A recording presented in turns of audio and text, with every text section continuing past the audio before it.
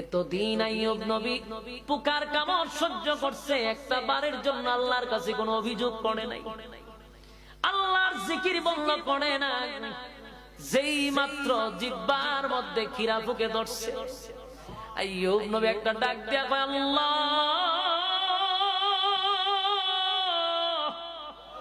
সব সহ্য করছি, কোনো অভিযোগ নাই গো, শরীর তুমি দিছ, তুমি খাওয়াইছ, আমার কোনো অভিযোগ নাই, আমার কোনো কষ্ট নাই, কিন্তু আল্লাহ আজকে আর পারলাম না, যে জিহ্বাটা দিয়া আমি তোমার নাম উচ্চারণ করি গো মালিক, আমি তোমার নাম যখন জপি আমার শরীরে কিরা পোকের কামড়ের চেয়ে তোমার নামের মজা অনেক বেশি।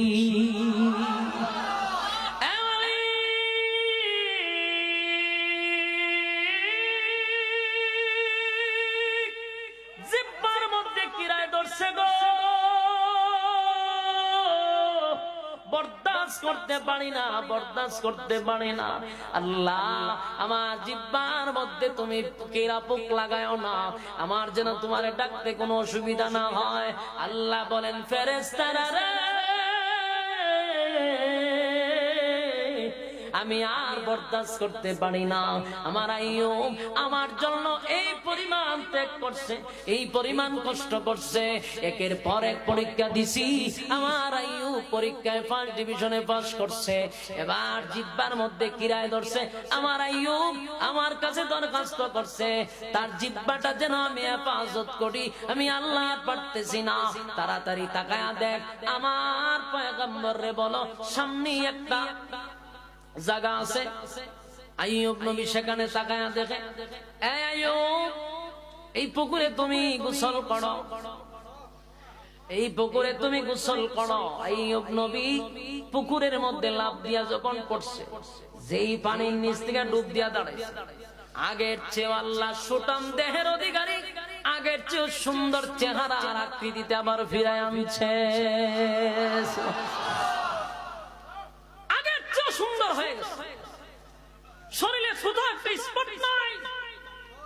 আল্লাহ আইয়ুব নবীর প্রতি খুশি হয়ে গেছে, কারণ আইয়ুব আলাইহিস সালাম সমস্ত পরীক্ষায় উত্তীর্ণ হয়ে গেছে, সমস্ত পরীক্ষায় উত্তীর্ণ। এবার আল্লাহ তার সুন্দর চেহারা আবার ফিরাইয়া দিছে। বিবি রহিমা খাবার নিয়ে আয়া দেখে স্বামীর চেহারা আগের চেয়েও বেশি সুন্দর। এবার স্বামী স্ত্রী সব সুখ আবার যেন ফিরে আসে, কিন্তু আইয়ুব নবী কান্দে আর বলে, মালিক রে, আমি তো তোমার জাতের কসম করে বলছিলাম, আমি সুস্থ হইলে আমার রহিমারে 100 বেতের আঘাত দিব। আইয়ুব নবী কান্দে আর বলে, মালিক আমার বিপদের সময় আমার রহিমা আমার জন্য যা করছে, আমি কেমনে গো রাগের মাথায় তোমার কসম করছি, এখন কসম পালন করতে গেলে 100 বেতের আঘাত যদি রহিমার উপরে আমি দেই, আমার রহিমা বাঁচবে না। আল্লাহ বলেন,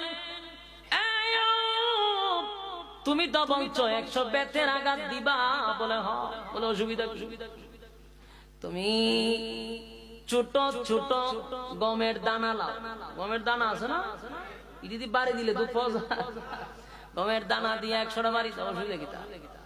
কিন্তু কইসব ব্যবসা বাড়ি দিবা, 100 ব্যথার আঘাত করবা, তো গমের দানা দিয়ে 100টা বাড়ি দাও, বাড়ি দিছে, কসম আদায় ছিনি। আল্লাহ আবার সব আইয়ুব নবীরে ফিরাইয়া দিছে, আবার রাজত্ব দিছে, আগের চেয়েও বেশি দিছে, সুবহানাল্লাহ।